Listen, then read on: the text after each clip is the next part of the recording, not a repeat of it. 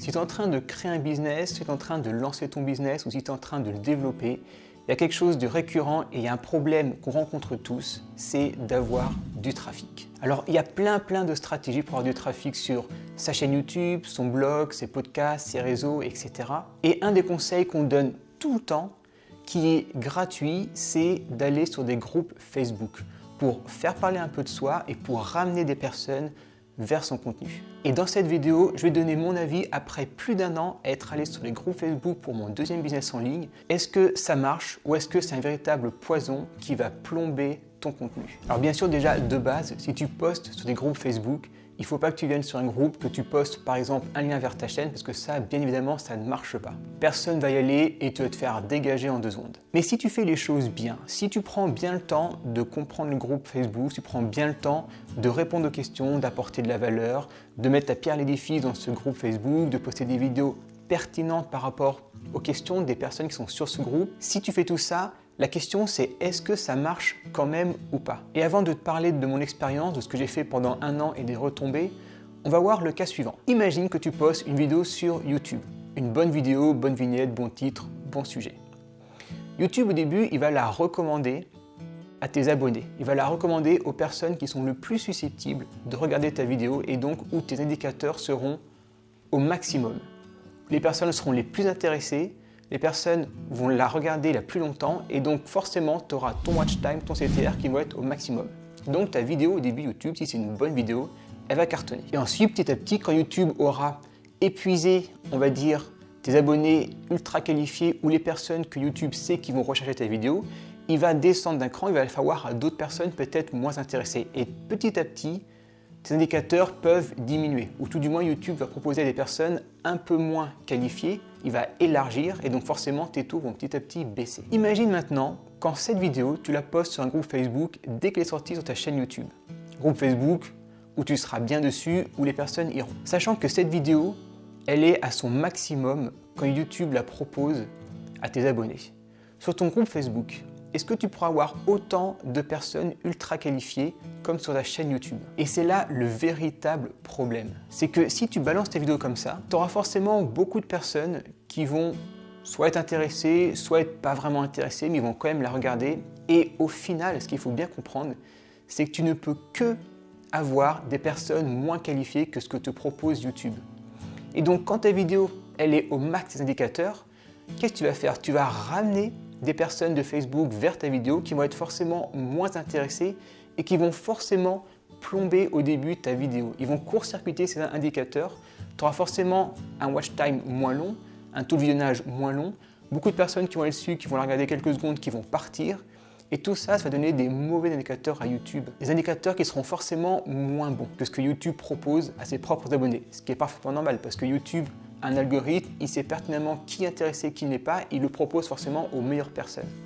Alors que sur Facebook, tu ne contrôles pas qui vient sur ta chaîne YouTube et forcément, tu vas avoir du trafic moins qualifié. Je te dis ça parce que c'est ce que j'ai constaté pendant 1 an sur mon deuxième business en ligne. Et bien entendu, les personnes des groupes Facebook n'avaient que des bonnes intentions, mais les faits sont là, tu ne peux pas avoir du trafic autant qualifié que sur ta chaîne YouTube. Mais cette stratégie n'est quand même pas complètement mauvaise. Il faut juste savoir l'utiliser au mieux et il y a des erreurs à ne surtout pas faire. Ce qui s'est passé sur mon deuxième business en ligne, c'est que je postais régulièrement sur Facebook. Quand j'ai posté systématiquement mes vidéos sur ma chaîne, j'avais des abonnés, j'avais des personnes qui venaient et non seulement ça diminuait la portée de mes vidéos, mais en plus j'avais beaucoup d'abonnés qui n'étaient pas qualifiés. Ce qui fait que quand après je me suis mis à vendre des formations sur ce business, j'avais au début tout du moins très peu de personnes qui achetaient parce que j'avais très peu de personnes qualifiées. Et c'est vraiment hyper important à comprendre, c'est que des abonnés qui ne sont pas qualifiés vont au final pas te servir à grand chose. Et bien sûr, c'était pas dans leur intention, mais je pense qu'ils ont un peu plombé ma chaîne parce qu'il y avait beaucoup de trafic qui regardait très peu et c'était un mauvais signal pour YouTube. Donc la stratégie de poster sur des groupes Facebook, ça peut être une bonne stratégie. Il faut juste bien l'utiliser et comme je l'ai utilisé et comme 9 personnes sur 10 l'utilisent, ça te plombe ta chaîne et ça te fait défaut. Donc il faut mieux s'en abstenir. Mais il y a 2 façons de bien l'utiliser. La première, c'est si tu es sur un groupe ultra spécialisé. Si tu es sur un groupe un peu généraliste, tu vas ramener plein de trafic, ça va pas être génial. Par contre, si tu as un groupe très spécialisé, où tu sais que toutes les personnes, elles vont être intéressées, elles vont suivre ton contenu, là, tu peux poster ta vidéo dès que tu la mets en ligne sur YouTube, tu peux la poster quelques heures après sur le groupe Facebook. Par exemple, dans mon cas, c'était la vente de formation de piano en ligne. Si je la mets sur un groupe Facebook pour apprendre le piano, ça va pas être un groupe spécialisé.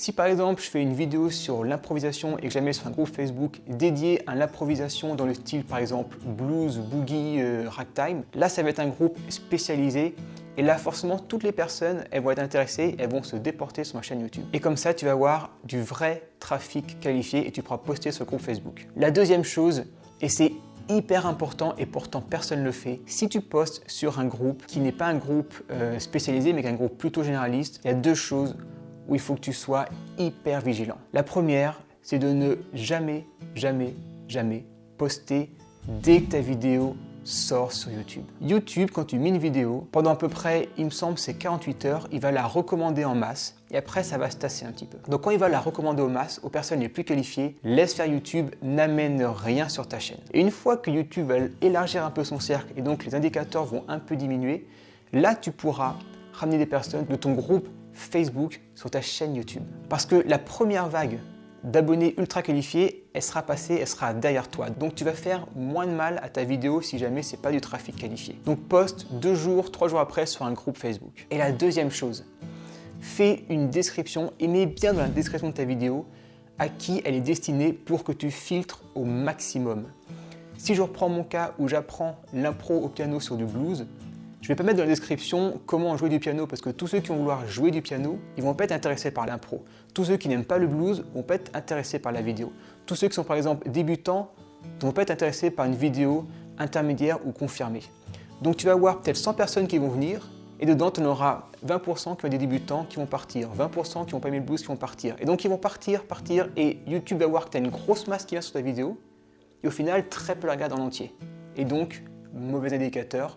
Les voyants sont rouges et ta vidéo, elle va descendre. Mets dans la description au maximum des mots-clés pour que les personnes voient en quelques lignes à qui elle est destinée. Ça va permettre d'attirer forcément beaucoup moins de personnes, mais des personnes qualifiées. Et il faut bien avoir en tête que YouTube préfère 10 personnes qui regardent ta vidéo en entière que 100 personnes où il y en a seulement 20 qui la regardent en entière.